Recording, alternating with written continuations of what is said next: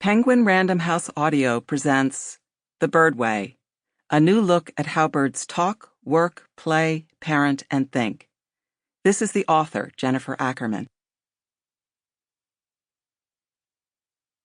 Introduction. When you've seen one bird. There is the mammal way and there is the bird way. This is one scientist's pithy distinction between mammal brains and bird brains. Two ways to make a highly intelligent mind. But the bird way is much more than a unique pattern of brain wiring. It's flight and egg and feathers and song. It's the demure plumage of a mountain thornbill and the extravagant tail feathers of an Indian paradise flycatcher, the solo song of a superb lyrebird, and the perfectly timed duets of canebrake wrens, an osprey's hurtling dive toward the sea, and a long-legged heron's still, patient eyeing of the dark water. There is clearly no single bird way of being, but rather a staggering array of species with different looks and lifestyles. In every respect, in plumage, form, song, flight, niche, and behavior, birds vary. It's what we love about them. Diversity fascinates biologists. It fascinates birdwatchers, too, driving us to assemble life lists, to travel to far corners of the globe to visit a rare species, or jump in the car to spot a vagrant blown in by a storm, to go pishing and whistling into the woods to draw that elusive warbler. Watch birds for a while, and you see that different species do even the most mundane things in radically different ways. We give a nod to this variety in expressions we use to describe our own extreme behaviors. We are owls or larks, swans or ugly ducklings, hawks or doves, good eggs or bad eggs. We snipe and grouse and cajole, a word that comes from the French root meaning chatter like a jay. We are dodos or chickens or popinjays or proud as peacocks. We are stool pigeons and sitting ducks, culture vultures, vulture capitalists, lovebirds. An albatross around the neck, off on a wild goose chase, cuckoo. We are naked as a jaybird or in full feather. Fully fledged, empty nesters, no spring chicken. We are early birds, jailbirds, rare birds, odd birds. As biologist E.O. Wilson once said, when you have seen one bird, you have not seen them all. This is certainly true for behavior. Take white-winged choughs. Australians say it's easy to fall in love with these birds, and it is. They're adorable, charismatic, gregarious, comical. Lined up on a narrow tree branch, 6 or 7 red-eyed puffs of black feathers, tenderly preening one another in a pearl-like strand of endearment and affection.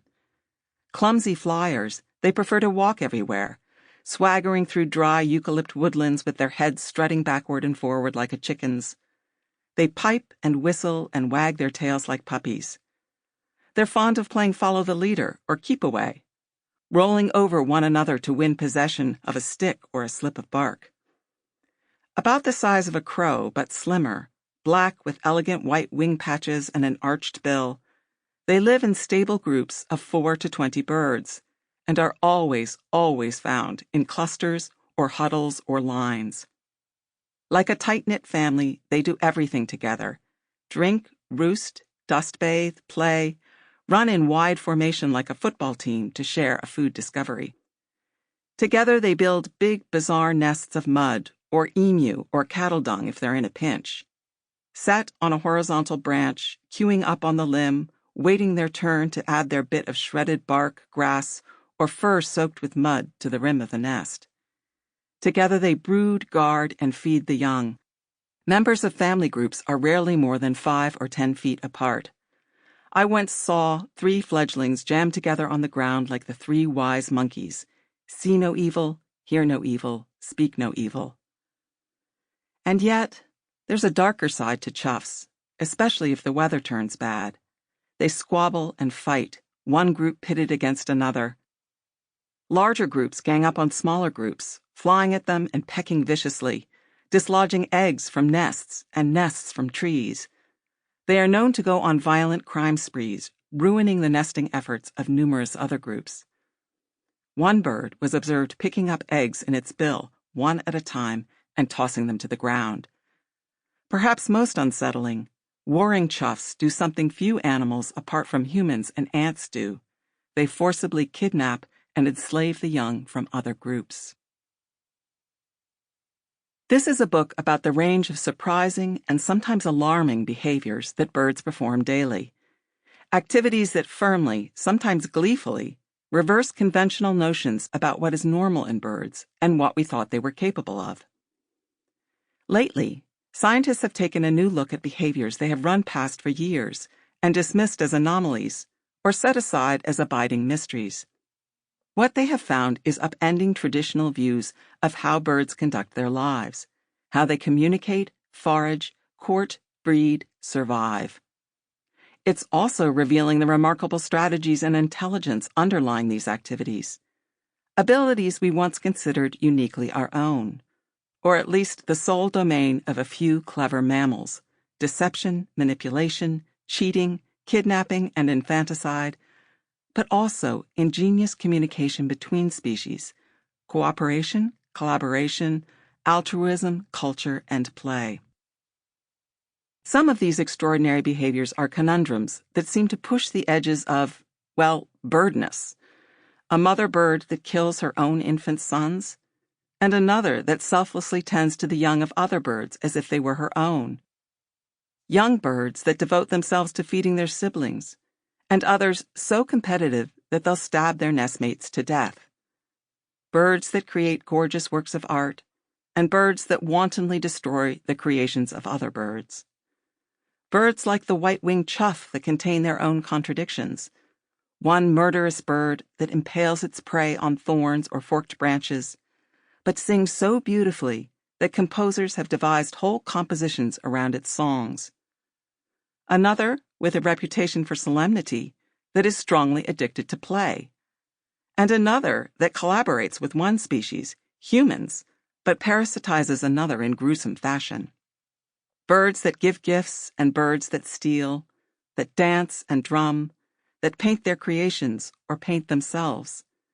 Birds that build walls of sound to keep out intruders, and birds that summon playmates with a special call, and may hold the secret to our own penchant for playfulness and the evolution of human laughter. Earth is home to well over 10,000 different species of birds, many with marvelous, often Seussian names: the zigzag heron and white-bellied go-away bird, speckled mousebird and naked-faced spider hunter, the inaccessible island rail, pale chanting goshawk, shining sunbeam, military macaw, and wandering tattler, a yellow-legged stanza of elegance I watched probe for crustaceans and worms on the fringes of a tiny island in Alaska's Kachemak Bay. The wandering refers to its presence everywhere over vast stretches of sea. Tattler refers to the shrill, tattling call to alert other birds if an observer approaches too closely. There are whittas and widow birds, fantails and fairy wrens, broadbills and hornbills, and buff-breasted button quail, known as BBBQs. Birds live on every continent, in every habitat, even, like the burrowing owl and the Puerto Rican toady, underground. They run to extremes in everything from size and flight style to feather color and physiology. I once saw a biologist weigh a male broad-tailed hummingbird, 1/7 of an ounce. Compare this with the cassowary, a giant weighing 100 pounds, around 12,000 times the hummer, that looks as much like a dinosaur as any living bird, can rise up to 6 feet to pluck fruit from limbs, and is capable of killing a man. Or consider the 10-foot wingspan of an Andean condor relative to the 5-inch span of a goldcrest. Some birds are agile flyers like the northern goshawk, slalom king of the bird world, and swifts and hummingbirds, those avian acrobats. Big flightless birds such as the emu and the cassowary don't take wing at all, although their ancient ancestors did. Likewise, the Galapagos cormorant used to have flight, but lost it over evolutionary time in favor of the grounded life. Seabirds such as the Sample complete. Ready to continue?